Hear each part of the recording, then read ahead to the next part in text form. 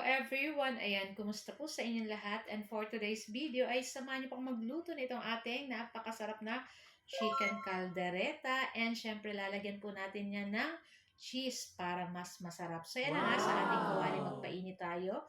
And then maglagay tayo ng cooking oil. And after po nyan, pwede na nating iprito yung ating carrots and yung ating patatas. And pagkatapos natin maprito yung ating patatas at yung ating carrot, ayan, iset aside lang natin, hanguin po natin, and iprito naman natin yung ating red bell pepper dyan, and after ilang minuto, ay hanguin na rin po natin dyan. So, dyan na rin po tayo magigisa nitong ating bawang at nitong ating sibuyas. Ayan, syempre, hintayin lang natin lumabas yung bango or yung aromatic nitong ating bawang at sibuyas. Pag ating ginigisa na, pag nangamoy na, ayan, pwede na po nating ilagay dyan yung ating chicken. Ayan, so 1 kilo po yan.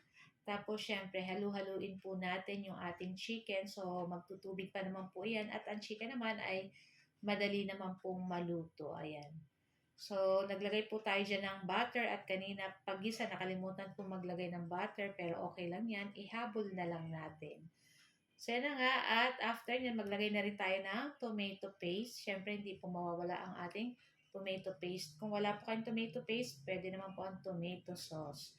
Tapos, ayan, halu-haluin lang po natin iyan hanggang mag-absorb yung ating tomato paste sa ating mga chicken. Ayan. Tapos, syempre, ilalagay natin dyan yung ating sabaw or yung juice ng ating tidbits para may lasa na yung ating chicken. Ayan.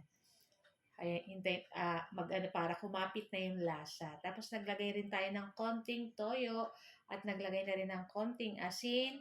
Maglagay tayo ng pamintang durog. Maglagay tayo ng 1 teaspoon sugar. At syempre, maglalagay tayo ng 1 chicken cube. And then halu-haluin na naman po uli natin iyan. Ayan, ako guys, kung naaamoy nyo yung bango nito, sobrang bango. Talaga naman. And syempre, hindi mawawala yung ating liver spread. Ayan. So, ito pa yung nakakapasarap. Tapos yan, halu-haluin naman po natin uli.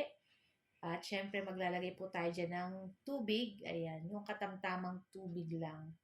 Tapos, parang konti pa yung ating tubig dyan, kaya maglalagay pa po ako ng tubig. So, 1 baso lang yung ating nilagay. Kasi ang chicken naman po, ayan, madali lang naman po yung maluto. Pero nasa sa inyo po kung gusto nyo medyo marami ang sabaw. Tapos ayan, nilagay na natin dyan yung ating pickles and yung ating piniritong red bell pepper. Ayan. Tapos isunod na rin natin dyan yung ating patatas at yung ating carrot. Ayan. Tapos halu-haluin lang po natin yan. Lulutuin lang natin yan ng ilang minuto pa. Ayan. Tapos, syempre po, maglalagay tayo ng ating tidbits. Ayan, yung sabaw kanina ay inuna na natin. So, talagang malasa at masarap talaga itong ating caldereta. Pero usually po talaga, pag naglalagay ako ng peanut butter. Pero pag may peanut butter po ako, hindi na ako naglalagay ng uh, pineapple tidbits. Pag wala po akong peanut butter, ay hindi ako pag wala akong peanut butter, naglalagay po ako ng pineapple tidbits. Ayan. So, naglagay na rin po ako ng green peas para naman ma-colorful yung ating caldereta. And, syempre, yung last yung ating cheese. Ayan. So, niyadjad na natin yung ating cheese. Takpan lang natin yan, guys. So, guys, thank you for watching. Bye!